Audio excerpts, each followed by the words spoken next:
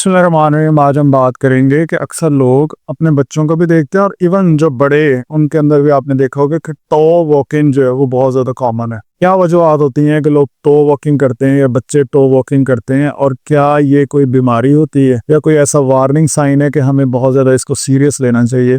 So to walking अगर बच्चों के अंदर है और अर्ली एज के अंदर है और आप देखते हैं कि कुछ ही मतलब हर टाइम वो टो वॉकिंग नहीं करते हैं और थोड़े थोड़े टाइम के बाद वो अपना पूरा पूरा पाँव नीचे रखते हैं, तो इसमें ऐसा ज़्यादा परेशानी वाली बात नहीं है। लेकिन अगर 3 साल तक आप देखते हैं कि बच्चा फिर भी टो वॉकिंग ही कर रहा है और ये चीज़ बढ़ती जा रही है, तो फिर आपको एक दफ़ा डॉक्टर को लाजमी दिखाना चाहिए ताकि वो डायग्नोज हो सके कि ऐसा क्या है कि बच्चा अपनी पूरी हील नीचे नहीं रख रहे। फिर जब आप अपने डॉक्टर को दिखाएंगे तो आपको इस तरह के डिफरेंट मनूवर्स होंगे जिनको हम यूज़ कर लेंगे, जिनमें से हमारे पास AFO है और ये बने बनाए भी मिल जाते हैं। और दूसरा ये होता है कि आप अपने जब ऑर्थोटिक्स को या थेरेपिस्ट को मिलेंगे तो वो आपके बच्चे की मेजरमेंट करके उसके अकॉर्डिंग आपको ये बनवा के भी दे देंगे कस्टम, जिसकी मदद से ये ऐसे ही होगा जैसे कि थोड़ी सी हार्ड सब सॉक्स होंगी, इनको हम AFO कहते हैं, एंकल फुट ऑर्थोटिक्स। तो ये जो ऑर्थोसिस होती हैं इनका फ़ायदा ये होता है कि आपके बच्चे का पाँव नीचे की तरफ, यानी कि आपके टोज हैं वो सिर्फ नीचे नहीं लगते हैं, पूरी की पूरी एड़ी जो है वो नीचे लगती है। लेकिन अगर आपका बच्चा 3 साल तक बिल्कुल पाँव नीचे लगाने लग गया तो इसमें बिल्कुल भी परेशानी की बात नहीं है। बच्चे शुरू के अंदर जब चलने की ट्राई करते हैं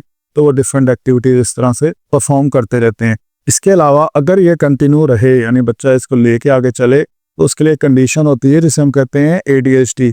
जो ADHD है इसमें बच्चे बहुत ज़्यादा हाइपर एक्टिव होते हैं। तो इसमें बच्चे चलते हुए कोशिश करते हैं कि वो टोस को वॉक करें, अपनी तरफ से वो नॉर्मली चल रहे होते हैं, लेकिन एक कंडीशन इसको हम कोई बीमारी नहीं समझ सकते कि जो हमारी जो टो वॉकिंग है कि हम उसको इसके साथ लिंक करें। बट ADHD के बच्चे जो हैं वो उसके अंदर काफ़ी ज़्यादा देखा गया इस तरह से।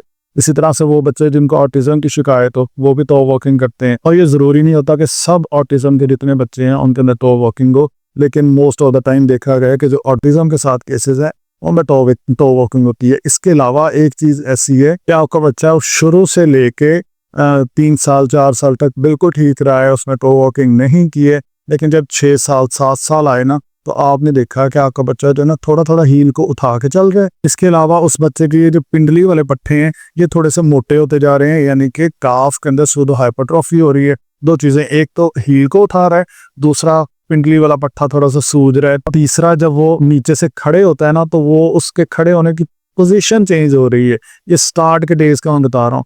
तो फिर आपको थोड़ा सा इसके बारे में एक दफ़ा डॉक्टर को लाजमी मिलना चाहिए, क्योंकि ये बच्चा जो है वो ज़्यादातर वो साइंस शो कर रहा है जो कि आने वाले टाइम में मस्कुलर डिस्ट्रॉफी की तरफ लेके जा सकता है।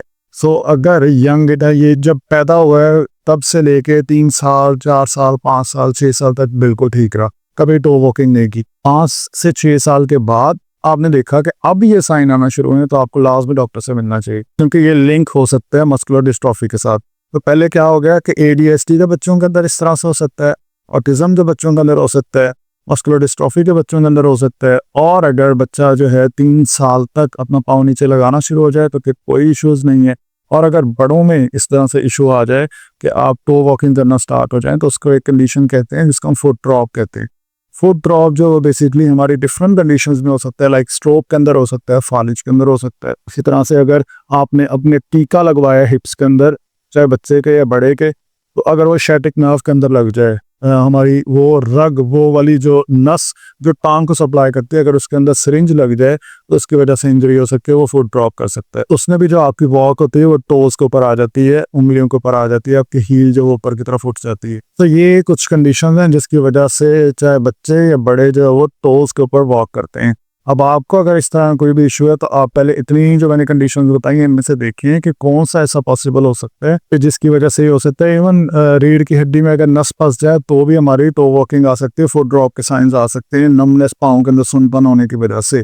तो एक तो ये देखें कि इतनी जो मैंने कंडीशंस बताई इनमें से क्या हो सकता है। अगर आपको फिर भी समझ नहीं आ रही है तो आप अपने किसी नियर बाय थेरेपिस्ट को, अपने न्यूरो फिजिशियन को या फिर ऑर्थोपेडिक डॉक्टर को मिल सकते हैं। अगर आप मुल्तान से तो मेरे क्लिनिक को विजिट कर लें।